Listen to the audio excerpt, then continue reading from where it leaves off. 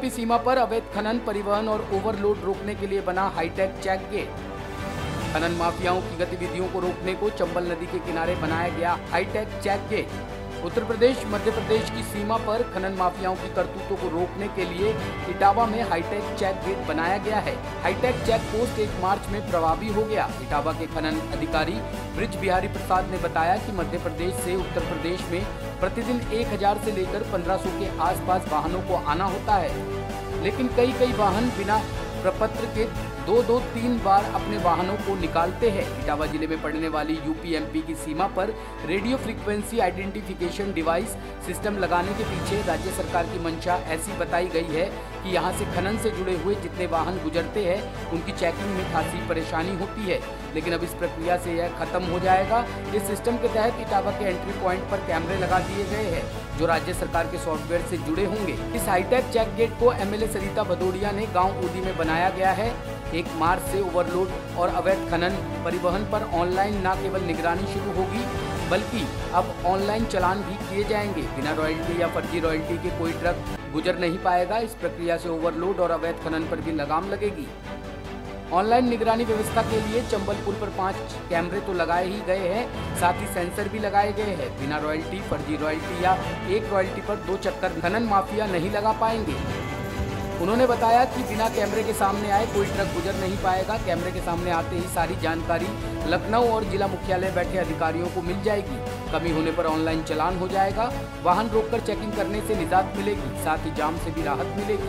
Hi tech check gate बनाने के लिए उत्तर प्रदेश के मुख्यमंत्री योगी आदित्यनाथ से इटावा की एमएलए श्रीमती सरिता भदौरिया ने कई दफा पत्र लिखकर मांग की है, जो अब जाकर पूरी हुई है। इसलिए सरिता भदौरिया ने मुख्यमंत्री को बहुत बधाई दी है।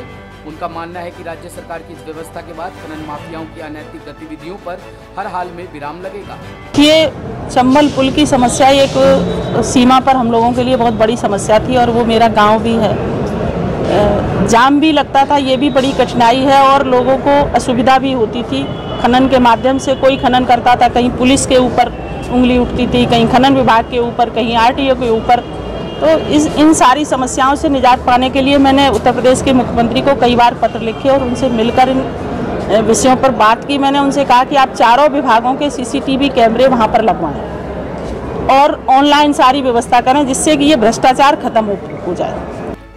खनन अधिकारी ने बताया कि योजना से ओवरलोडिंग और अवैध रूप से खनिज लाने वाले वाहनों पर कार्रवाई करना आसान हो जाएगा, साथ ही हर गाड़ी का डाटा मौजूद रहेगा। मध्य प्रदेश की ओर से चंबल नदी को पार करके खनन से जुड़े हुए वाहनों से मिली भगत के चक्कर में पिछले 4 सालों में दर्जनों पुलिसकर्मियों के खिलाफ निलंबन की कार्रवाई तो हो ही चुकी है। कई पुलिसजनों को गिरफ्तार करके जेल भी भेजा जा चुका है। इसके बाद भी खनन की गतिविधियों पर रोक नहीं लग सकी है, लेकिन अब हाईटेक चेक गेट का निर्माण के बाद ऐसा माना जा रहा है कि खनन की गतिविधियों पर रोक लगेगी। जी, हमारे विभाग द्वारा वो चेक गेट लगाया गया है, उसे बैरियर नाम देते हुए उसे चेक गेट का भी नाम दिया गया। चेक गेट पे हमारे 4-5 डिवाइस लगाई गई हैं। उसमें RFID, ANPR और तमाम और 2-3 सिस्टम लगाए गए हैं, जिससे हमारा अवैध खनन पे बहुत ज़्यादा रोक लगेगा। उससे वो हम लोगों को ऑनलाइन सूचना देते रहेंगे वो लोग, उसके हिसाब से हम लोग ऑनलाइन चालान भी करेंगे और ऑनलाइन उनका जुर्माना भी जमा होगा। उसमें कैमरे में पहले तो नंबर प्लेट है, नंबर प्लेट स्कैनर जो मशीन लगा है हमारा, ऑटोमेटिक नंबर प्लेट डिवाइस जो है, वो नंबर से ही स्कैन हो जाएगा कि उसकी ETP ISTP कटी है कि नहीं कटी है। वो सिर्फ नंबर से ही स्कैन होकर बता देगा वो कैमरा।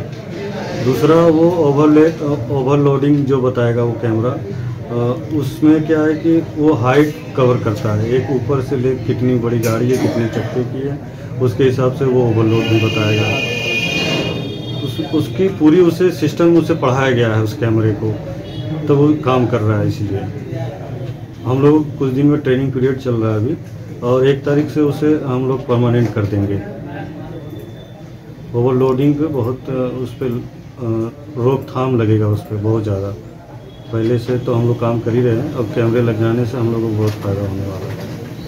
मिनिमम 1000 मान के चलिए और मैक्सिमम 1500 गाड़ियाँ चलती हैं। 1500 लगभग 1000 से 1500 गाड़ियाँ कंटिन्यू चलती हैं। माफियों उसके लिए तो बहुत बड़ा नुकसान है, क्योंकि वो एक ही रॉयल्टी पे 2-2 चक्कर मार लेते थे कभी कभी। ये सारे कमांड आ जाएंगे हमारे हाथ में तो वो लोग डबल चक्कर नहीं मार पाएंगे कभी, क्योंकि उसका जैसे एक बार में एक रॉयल्टी कटाया तो 2-3 दिन की वैलिडिटी रहती है। उससे क्या करते थे कि ये लोग डबल चक्कर मार लेते थे। उस पर तो पूरी की तरह रोकथाम मिलेगा उस पर पूरा। इसमें हड़कंप तो मचा ही है, सब लोग जान गए हैं कि ऐसा ऐसा शुरू हो गया, सब लोग सतर्क भी हो गए हैं।